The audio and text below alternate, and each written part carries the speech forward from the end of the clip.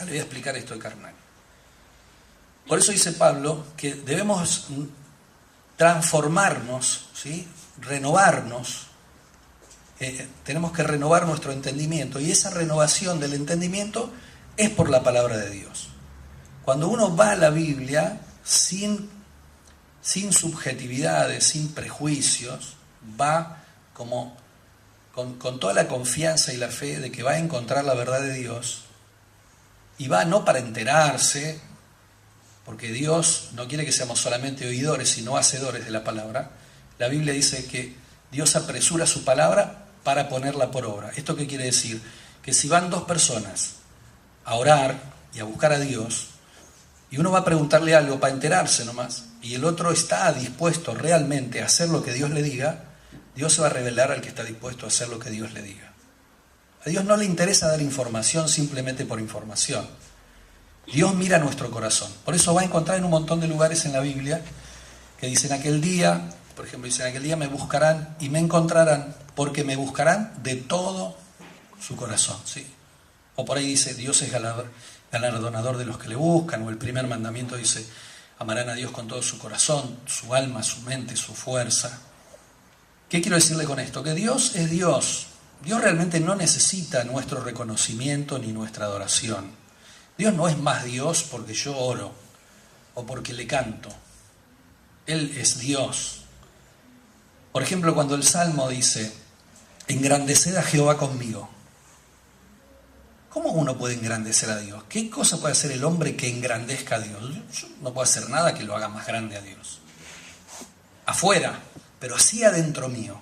Cuando yo comienzo a adorarlo, cuando yo comienzo a alabarlo, cuando yo voy a la palabra con objetividad, con obediencia, le estoy haciendo más lugar adentro mío. Entonces, para mí Dios empieza a ser más grande. ¿Entiende? Adentro mío. Empieza a ocupar más de lo que yo soy. Yo les voy entregando mis emociones, aprendo a perdonar, por la pura virtud de perdonar. Antes yo perdonaba si Dios me demostraba que aquel merecía que yo lo perdone. Ahora fui creciendo, entiendo que el perdón es una virtud, que Dios me lo regala por el Espíritu Santo, y que cuando yo perdono sin condiciones, estoy pareciéndome cada vez más a aquel Jesús que adoro, aquel Jesús que amo, que me ha perdonado aun cuando yo era su enemigo, y que me amó aun cuando yo no lo buscaba. ¿Entienden? Bien, entonces, hablamos de espiritualidad real, no de misticismo. El misticismo es el invento del diablo para engañarnos y para desacreditar la espiritualidad. El místico es aquel que está lleno de ilusiones, la persona insatisfecha, que no ha tenido un encuentro verdadero con Jesús y necesita idealizarlo todo. La Biblia llama a los ídolos familiares, por ejemplo, terafines. Hoy hablábamos con Laura. Los terafines son como ángeles, pero truchos. ¿Sí? Dice, porque los terafines les han profetizado vanos oráculos. Y son prisioneros de una esperanza que nunca se va a cumplir. Y están en la cisterna que no tiene agua. Entonces uno vive una vida, vio como el burro detrás de la zanahoria, y algún día va a venir algo tremendo, y nos gustan esos dichos que dicen, lo mejor todavía está por venir, lo mejor todavía no te tocó, o esperamos un profeta que nos bendiga y nos mande a la luna, qué sé yo. Siempre estamos diciendo, todavía, y hoy no somos felices, hoy no estoy contento con lo que soy, hoy me faltan cosas, hoy no puedo amar a mi esposa o a quien sea de la manera que Dios me pide, siempre me falta una para el peso, ¿sí? Entonces, ese es a veces el misticismo, y a veces la religión. Vamos a hablar mucho de la mente, por eso yo quiero hablarle hoy de la obra del enemigo. El apóstol Pablo dice, no ignoren las maquinaciones. Estamos hablando de maquinaciones, comencé con el texto de Corintios, las maquinaciones de nuestro adversario el diablo. Y a veces lo hace, el diablo quiere destruir a la iglesia no de afuera hacia adentro, sino de adentro hacia afuera. A mí no me preocupa el diablo que viene con cara de monstruo, porque nadie le da bolilla. Pero el que viene como buenito, el que te comprende, el que cuando estás mal te dice, y acá, viste, no hay amor. Si hubiera amor, ¿quién te llamó? No te llamó nadie. Nadie se dio cuenta. Ese es el peligroso. Mire, y se mete dentro de la religión. Yo me acuerdo, me tocó escribir un artículo sobre la oración, Y cuando lo escribí puse que yo pertenecía a una religión oficial muy conocida, donde para mí orar era hablarle a Dios, era rezar, no era orar. Orar es hablar y oír, es hablar con Dios, no decirle solamente cosas a Dios. Y cuando yo me mandaba bacanas y las iba a confesar, el castigo me mandaban a hablar con Dios, me mandaban a rezar. Entonces yo digo, por un lado me dicen que Dios es amor, que me tengo que acercar a Él, y por otro lado cuando cometo un pecado me castigan yendo a estar con Él. Fíjense cómo el diablo mete argumentos. La religiosidad es un gran argumento satánico. Hay una iglesia diabólica que el diablo ha levantado, donde nosotros a veces sin darnos cuenta vamos y decimos no pasa nada, no nos renovamos y realmente no estamos adorando a Dios. Por ahí a veces recibimos información, pero no pasa nada en nuestro espíritu. En el libro tanto de Marcos como de Mateo como de Lucas, dice la Biblia que cuando Jesús hablaba como quien tiene autoridad y no como los escribas y fariseos. Uno escuchaba a un escriba o un fariseo, maestros de la ley, tan preparados, capacitados, y decía qué tremendo lo que dijo, ¿no? Pero no me sirvió mucho para nada. O sea, me voy con la misma bronca que le tenía a mi esposa, que cuando llegué tengo el mismo problema que tenía con él. Ahora uno iba, escuchaba a Jesús y algo pasaba dentro, algo cambiaba, algo se modificaba, algo se quebraba dentro. Entonces le decían, la gente se admiraba de esto, de la doctrina de Jesús, porque parece que él cuando hablaba creaba dentro. Y él después lo explica, dice, lo que pasa que las palabras que yo les hablo son espíritu, son vida. ¿Entiendes? Una cosa es hablar, otra cosa es ministrar espíritu y vida. El apóstol Pablo dice, si alguno habla, hable conforme a la palabra de Dios. Y si alguno ministra, ministre conforme al poder que Dios da. Entonces, la cuestión no es hablar. Nosotros los evangélicos hablamos mucho. Tenemos el speech, vamos y hablamos. Creemos que lo mejor que le puede pasar a la gente es escucharnos. Y perdimos la capacidad de escuchar. Hay un pasaje que me llama mucho la atención. No sé si usted lo leyó por ahí, dice cuando Jesús nos envía a predicar, y dice, y de todo lo que le pongan en la mesa, coman. Y o sea, si uno va y lo invitan a una casa y le ponen algo para comer, coman. Yo creo que el Señor sabía que la única manera que nosotros no hablamos es cuando comemos. Porque no se puede comer y hablar a la vez. Entonces cuando comemos podemos escuchar. Y sabe, cuando uno lo practica, a mí me tocó aprenderlo de una manera que por ahí no hubiera sido la que yo hubiera esperado.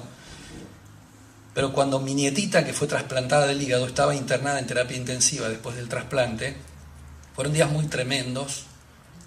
Nosotros habíamos abierto muchos hogares y la verdad que salir del hospital cuando estaba grave, cuando había peligro de muerte, para mí era muy duro. Pero Dios me decía, sentía que Dios me decía, anda porque Él estaba en control. Pero bueno, iba, pero por supuesto que no preparaba nada, no tenía ningún mensaje, iba así. Pero eso fue bárbaro porque al no tener un mensaje, hablé mucho menos y aprendí a escuchar. Aparte no tenía ganas de hablar.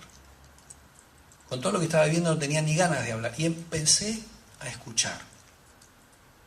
¿Y sabe cómo cambió rotundamente mi vida?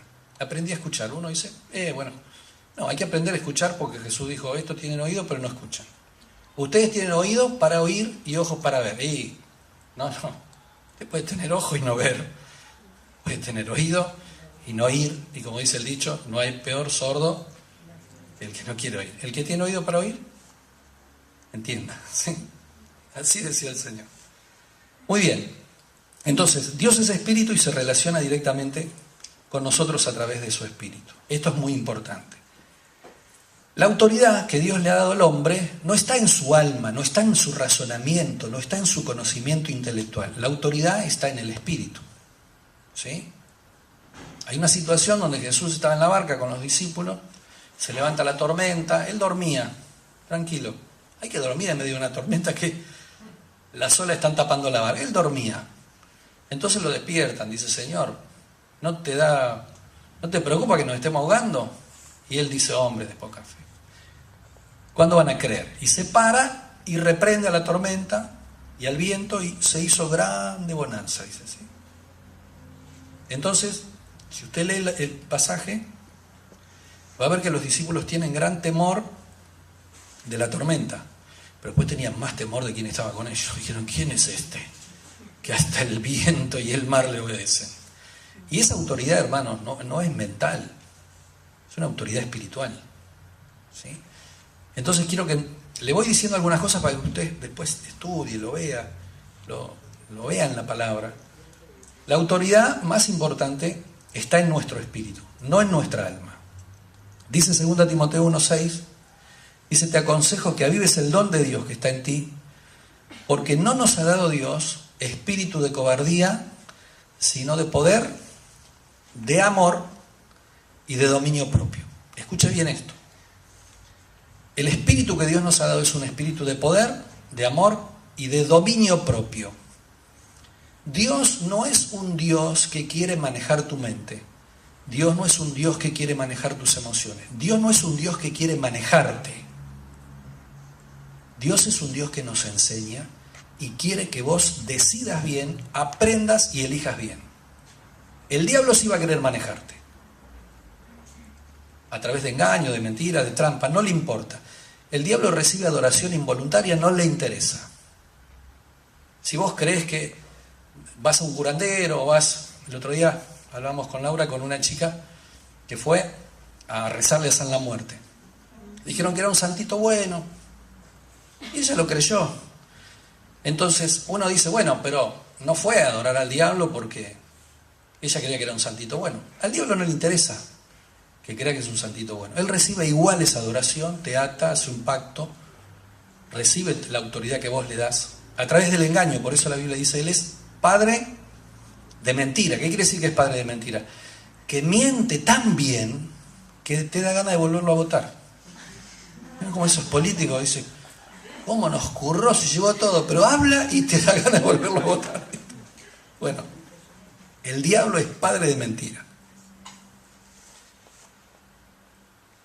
Seguimos.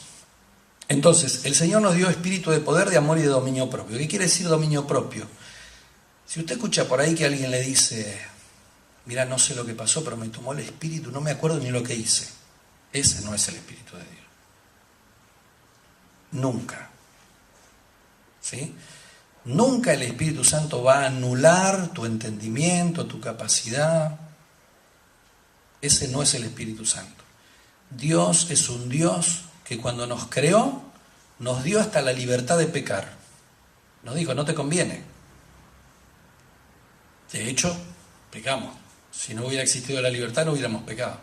Si nos hubiera creado solamente para mandarnos y no nos hubiera dado la oportunidad de equivocarnos, nunca nos hubiésemos equivocado. Si nos equivocamos es porque existía la posibilidad, ¿verdad?